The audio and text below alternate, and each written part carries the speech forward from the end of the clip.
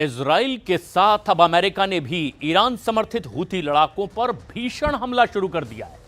America के जंगी बेड़े लाल सागर में हूथी विद्रोहियों पर बमबारी कर रहे हैं। यमन में घुस करके अमेरिकी जंगी जेटों ने अब हूथी के दर्जन भर से भी ज्यादा सैन्य अड्डों को तबाह कर डाला है। हूथी ने भी अमेरिका के जंगी जेट F-18 को लाल सागर में ही मार गिराने का दावा किया है। तो वहीं दूसरी तरफ अमेरिका के युद्ध में आने के बाद अब ईरान के एटम बम पर बड़ा अपडेट सामने आया है और इसके बाद नेतन्याहू ने ट्रंप को अर्जेंट मैसेज भेज दिया है।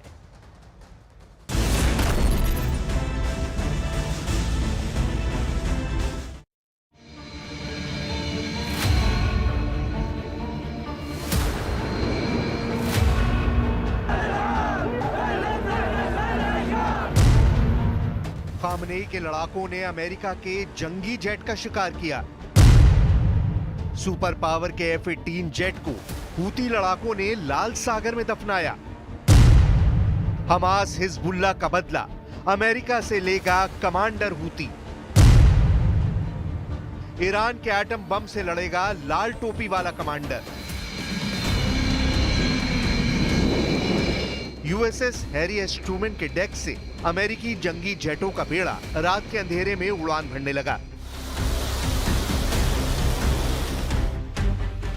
एक के बाद एक दर्जनों स्ट्राइकर जेट का ग्रुप लाल सागर में मंडराने लगा। हूती लड़ाकों पर अमेरिका ने जंगी जेटों से हवाई हमले शुरू किए। बेहिसाब मिसाइलों और बमों की बरसात यमन में होने लगी। हूती फाइटर्स को अमेरिकी बमबारी के बीच जान बचाना मुश्किल हो रहा था, लेकिन अचानक सुपर पावर की एयर स्ट्राइक में तहलका मच गया। अमेरिका का जंगी jet F-18 McDonnell Douglas missile धमाके से धुआं हो गया। जंगी जेट में सवार 2 फाइटर पायलट की जान पर बनाई। हूती से युद्ध में अमेरिका को करारा झटका लगा। लाल सागर में अमेरिका का सुपर लड़ाका F-18 दफ्न हो गया।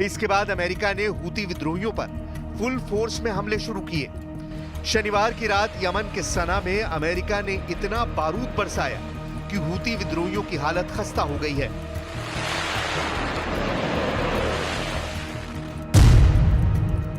अमेरिकी सेंट्रल कमांड ने बयान जारी कर बताया कि हूती विद्रोहियों पर हमले में मिसाइल गोदाम और कमांड और कंट्रोल फैसिलिटी को तबाह किया गया है। यूएस फोर्स ने लाल सागर के ऊपर हूती के ड्रोन्स और एंटी शिप क्रूज मिसाइल को भी मार गिराया है। हूती विद्रोहियों ने सना के अतान जिले में अमेरिकी हमले की जानकारी साझा की है। अमेरिका 15 दिसंबर से हूती पर हमले कर रहा है। अमेरिका ने शनिवार को ही इजराइल पर मिसाइल हमले के बाद हमले तेज कर दिए हैं। हूती फाइटर्स ने मिसाइल अटैक कर तेल अवीव में 16 लोगों को निशाना बनाया। बीते 2 दिनों में ये हूती विद्रोहियों का दूसरा बड़ा हमला है। हूती लड़ाके फिलिस्तीन 2 हाइपरसोनिक बैलिस्टिक मिसाइल से इजराइल को दहला रहे हैं। हूती ने इजराइल के कब्जे वाले याफा में IDF के सैन्य अड्डों को दहलाया है। हूती सैन्य प्रवक्ता ने दावा किया है कि मिसाइल हमले में इजराइल के डिफेंस सिस्टम के चीथड़े उड़ गए हैं।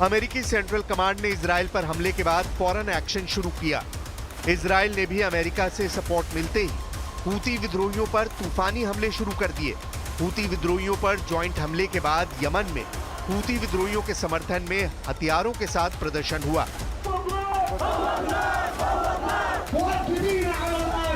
हजारों की भीड़ ने हथियार लहराकर अमेरिका और इजराइल की बर्बादी का ऐलान किया है।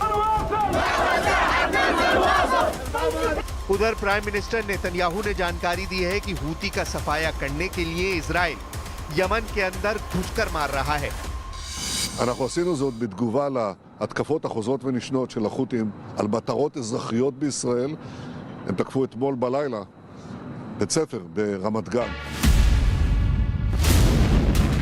इजराइल ने लाल सागर से हूती विद्रोहियों के खतरे को खत्म करने के मिशन को पूरी दुनिया के लिए फायदेमंद साबित करने की मुहिम शुरू कर दी है। पीएम नेतन्याहू ने अमेरिका के हवाई हमले की जरूरत को ईरान से भी जोड़ा है। नेतन्याहू ने ऐलान किया है कि हमास, हिजबुल्लाह और असद की बर्बादी के बाद अब हूती का खात्मा कर इजराइल पूरे क्षेत्र में ईरान का वर्चस्व मिटा देगा। משטר אסד בסוריה, החות'ים הם כמעט הזרוע האחרונה שנשאר לציר הרשע של איראן. הם לומדים והם ילמדו בדרך הקשה שמי שפוגע בישראל משלם על כך מחיר כבד מאוד. हालांकि हूती विद्रोहियों से युद्ध इतना आसान नहीं। अमेरिका जैसी महाशक्ति को हूती विद्रोहियों ने चकमा दे दिया है। हूती पर हवाई हमले में अमेरिका ने अपने ही जंगी जेट F-18 को मार गिराया है। असल में हूती पर हमले के दौरान USS Harry S Truman carrier strike group के साथ guided missile cruiser USS Gettysburg भी लाल सागर में मौजूद था। F-18 जेट ने ट्रूमन के डेक से उड़ान भरी, जिसे हूती फाइटर्स की जंगी जेट समझकर गाइडेड मिसाइल क्रूजर ने हवा में उड़ा दिया। F-18 पर जब मिसाइल हमला हुआ तो उसके दोनों फाइटर पायलट की जान पर बनाई। हालांकि दोनों पायलट जख्मी होने के बाद भी जिंदा बच निकले। सेल्फ अटैक में तबाह किए गए फाइटर जेट के बारे में US सेंट्रल कमांड ने बताया कि जेट ने वर्जीनिया के नेवल एयर स्टेशन ओसेना से स्ट्राइक फाइटर स्क्वाड्रन 11 को ज्वाइन किया था। लेकिन लाल सागर में F-18 का हूतियों के खिलाफ यह हमला आखिरी साबित हुआ। हूती जैसा ही जोरदार हमला इजराइल ने हिजबुल्लाह पर फिर से शुरू कर दिया है। लेबनान फ्रंट पर नेतन्याहू आर्मी ने हिजबुल्लाह के एंटी टैंक मिसाइल कमांडर का सफाया कर दिया है। इजराइल ने लेबनान में 100 से ज्यादा हवाई हमले कर हिजबुल्लाह के अड्डे बर्बाद किए हैं। हिजबुल्लाह के हथियार गोदाम को खत्म करने में इजराइल को कामयाबी मिली है। शनिवार को की गई स्ट्राइक में फाइटर ग्रुप के रॉकेट लॉन्चर कमांड सेंटर को तबाह कर डाला गया है। हिजबुल्लाह पर इजराइल सीरिया से भी भीषण बमबारी जारी रखे हुए है। सीरिया की सरकारी समाचार एजेंसी साना की रिपोर्ट के मुताबिक इजराइल के हमले के बाद हिजबुल्लाह का ईरान से जमीनी कनेक्शन पूरी तरह से कट चुका है। इजराइल के रक्षा मंत्री कार्ट्स ने हिजबुल्लाह फाइटर्स को नई धमकी दी है। कार्ट्स ने हिजबुल्लाह फाइटर्स को लिटानी नदी से आगे नहीं हटने पर कुचल डालने की चेतावनी दी है। कार्ट्स ने अपने बयान में हिजबुल्लाह फाइटर्स को जहरीला नाग बताते हुए कहा है कि नाग के दांत उखाड़ दिए गए हैं। युद्ध विराम समझौते का उल्लंघन हुआ तो सिर कुचल दिया जाएगा। לראות ולהבין ולזכור, מי שמרים יד על מדינת ישראל ידו נגדעת. מי שפוגע ייפגע קשות שבעתיים. एक तरफ जहां ईरान समर्थक सभी लड़ाका गुट पिट रहे हैं, वहीं दूसरी तरफ ईरान अमेरिका और इजराइल को सबक सिखाने के लिए सबसे विनाशकारी हथियार को युद्ध में उतारने का सिग्नल दे रहा है। यमन में अमेरिका के हवाई हमले के बाद ईरान के न्यूक्लियर प्रोग्राम से जुड़ा बड़ा अपडेट सामने आया है। ईरान के चीन से साझेदारी कर एटमी प्रोग्राम को तूफानी रफ्तार देने का शक पश्चिमी देशों ने जताया है। ब्रिटेन, फ्रांस और जर्मनी ने ईरान पर बेहद उच्च स्तर तक समृद्ध यूरेनियम का भंडार बढ़ाने का आरोप लगाया है। तीनों देशों ने एक बयान में ईरान के यूरेनियम भंडार इजाफे को दुनिया के लिए खतरा बताया है। इससे पहले अमेरिका के नेशनल इंटेलिजेंस डायरेक्टर के कार्यालय ने खामनेई के एटम बमों पर लेटेस्ट रिपोर्ट रिलीज की है, जिसके मुताबिक तेहरान के न्यूक्लियर कारखाने 24 घंटे एक्टिव हैं। परमाणु बमों की टेस्टिंग जल्द मुमकिन है। ये टेस्ट सीरिया में भी हो सकता है। द वॉल स्ट्रीट जर्नल में शुक्रवार को सामने आए DNI दस्तावेज में कहा गया है कि ईरान के पास 1 दर्जन से ज्यादा परमाणु हथियार बनाने की हैसियत है।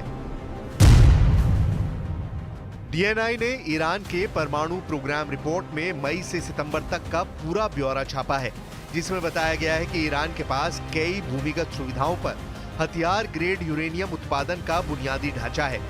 ये इंफ्रास्ट्रक्चर ईरान के परमाणु हथियार बना लेने की गारंटी दे रहा है। अमेरिका ने भी दावा किया है कि ईरान ने 20% और 60% समृद्ध यूरेनियम भंडार में जबरदस्त इजाफा किया है। ये स्तर नागरिक ऊर्जा कार्यक्रम की जरूरत से कहीं ज्यादा है। यही नहीं, ईरान ने एटमी हथियारों के लिए इस्तेमाल होने वाली बैलिस्टिक मिसाइलों का प्रोडक्शन भी बढ़ा दिया है। ईरान के एटमी हथियारों का यह अपडेट हूती पर अमेरिकी हमले के बाद ज्यादा टेंशन देने वाला है। ईरान बार बार अमेरिका को एटमी हथियारों से दहलाने की धमकी देता रहा है। ईरान ने इजराइल से युद्ध में अपने सभी लड़ाकों को आजमाकर देख भी लिया है, जिसमें सिर्फ हूती फाइटर्स ही अब ऐसे हैं जिनके दम से ईरान युद्ध में टिका हुआ है।